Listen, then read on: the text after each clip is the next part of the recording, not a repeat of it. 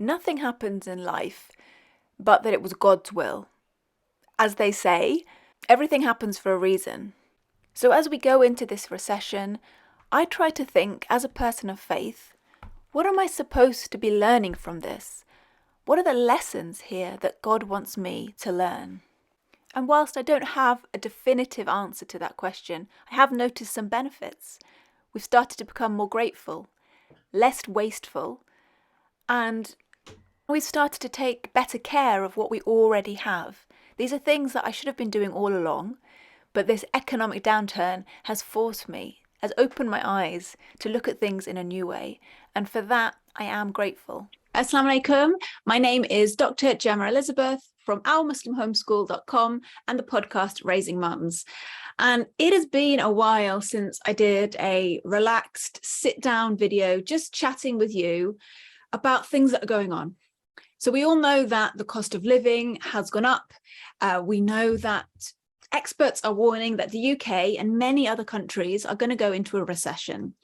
And whilst that impacts on so many areas of our life, it does have an impact as well on the way we educate our children at home. And I wanted to talk about that today, how personally we are dealing with the rising cost of living from the perspective of a home educating family, and maybe share some ideas with you of how you can manage during this difficult financial time. So I have my coffee, I have my notes, and this is going to be a much more relaxed, chilled out session. My children may well join us. We'll see how this goes. So the first thing, of course, that I have to say is that the way that this potential recession is impacting us varies. It's going to look so different from family to family. And I appreciate that I'm one of the fortunate people that my husband's job is very stable, mashallah. So I know that many people don't have that kind of security and safety. So we're very fortunate in that respect that he has a stable job. We have a stable income coming in. And I know that many of you watching this video don't have that blessing.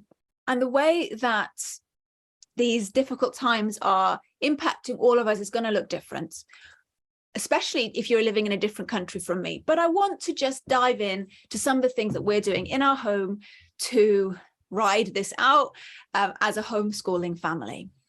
Yes, our risk is written, our provision is predestined, but that doesn't mean we can't tie our camels and do something to make this difficult season in our family's life a little bit easier. So you can look at this in several different parts. You can cut back on some of your expenses. You can make the most of what you've already got, and you can potentially bring in an income. So when you look at cutting back on what you've already got, I mean, first of all, I have to say that if you're going to spend money on anything, if you're going to prioritize anything, the way we look at it is the first thing we're going to prioritize spending on after essentials is going to be the education of our children. We prioritize that very high up on the list. But when you look at that list of all the things you're spending money on, are there things that you can cut out? Things like, look at all their activities that they're doing. Is there anything there that you signed up for that really isn't serving your child anymore? For example, during the first lockdown, I just had a baby, we just moved house, and the kids were bored. So I signed them up for some Lego classes on OutSchool. And they were great. There was something for them to look forward to, something different in their routine. And because we were not leaving the house, it was fun for them. But in this season of life, that class, it just wouldn't have purpose. We wouldn't need something like that.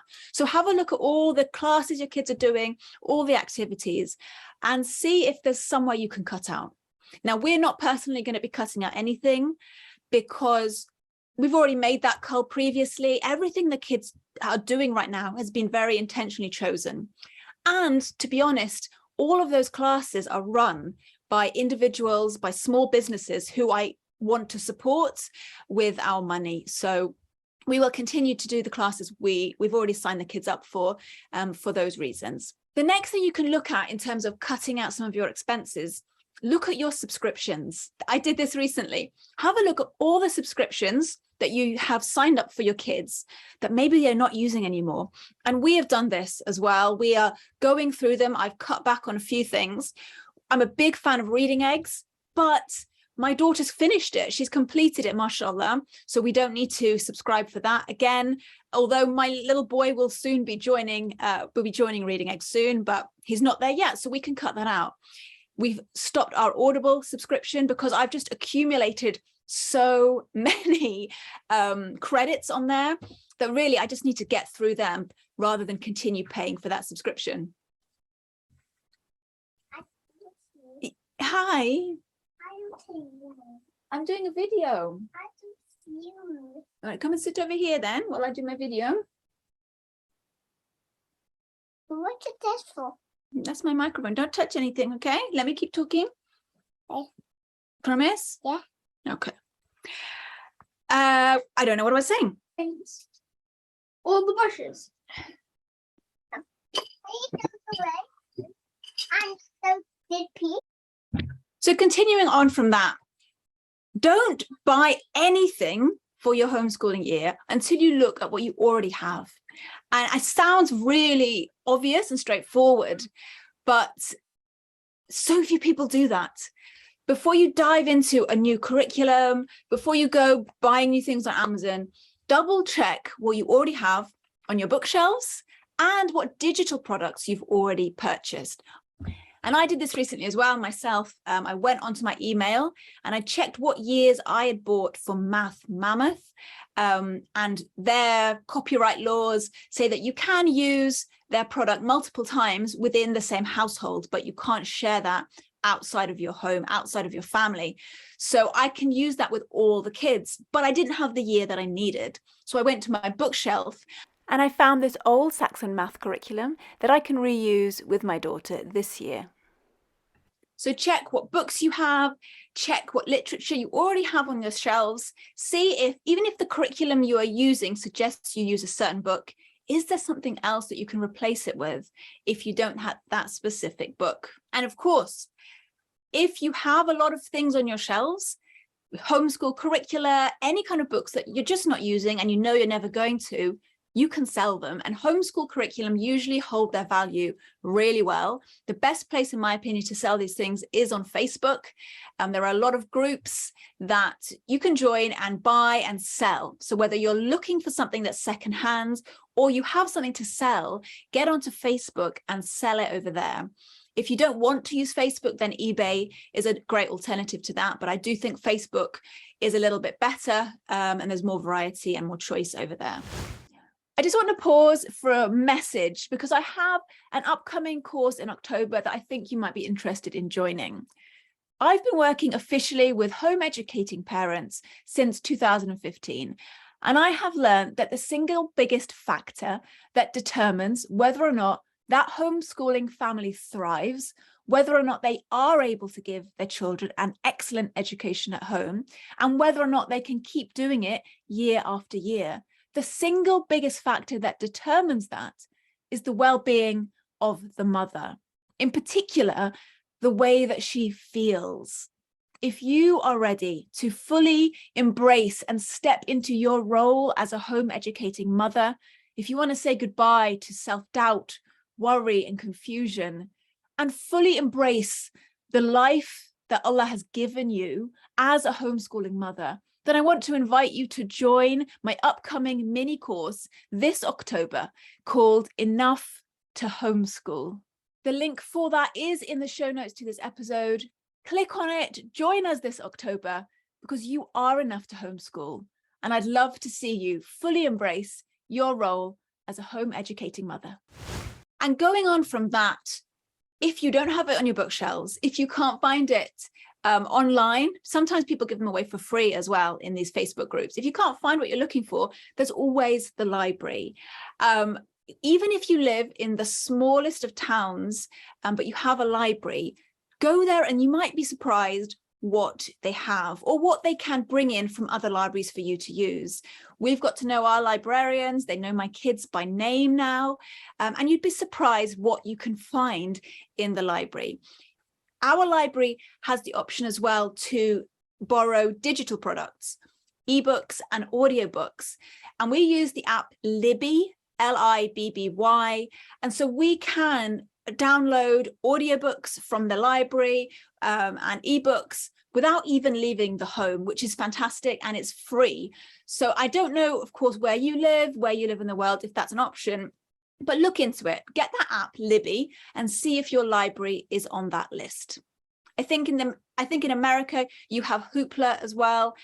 So find out if there's something like that for your library. And it's worth mentioning as well that our library even has GCSE and A-level revision guides. I wasn't expecting to see them there. So if your children are at that stage where they are going to be sitting exams soon, you might find all those revision guides that you need at the library without having to purchase them. Make sure, of course, that they are up to date, because the exam boards do change things. So make sure they meet the same specifications and nothing has changed since they were published. And going along with that, not just making use of your library, but make use of everything else that you have going on in your community. We have cut back on the amount of travel that we do, the amount we're driving, because petrol prices are crazy. And so I'm being much more intentional about how often we use our car. We're walking more, and we're just making use of what's around us. We are really lucky that we have lots of parks in the city where I live, and we make really good use of them. But even something as simple as, walking to the local shops and buying some sweets or buying an ice cream. Kids love that kind of thing. And especially if you give them ownership of that, you give them the money, they go in the shop, talk to the shopkeeper and choose what they want to buy. That's just the simple trips actually can be just as enjoyable, especially for young kids. So perhaps think about just using what you have around you. Take your kids for walks, go to the parks, any local gardens. We have a National Trust property very close, and I do have a membership for that. It's a home educators membership, which they give you a discount. That if you didn't know, the National Trust is an organisation that looks after historical properties all over the UK. And typically these properties have extensive grounds and gardens, and they have events going on. And if you are a home educating family, they do offer you a discount. So email them. So we have that membership, and I don't intend to cancel that when it expires, because we have a property really close to our house that we visit on a regular basis. Just see what's going on in your community and where you can take part. A really interesting way of finding out about new things like that will be Facebook, but also look at the notice boards in your supermarket. These small organizations and charities will often post little flyers on the supermarket notice boards by the entrances. So there's a tip for you. And why not borrow things from your friends?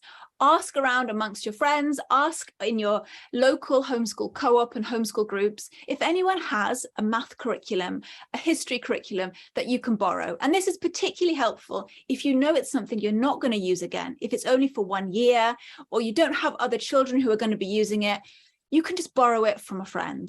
And I know that you might be feeling stressed, you might be worried, you're not certain what the future holds. I think everyone has been impacted by the rising cost of living, the threat of a recession.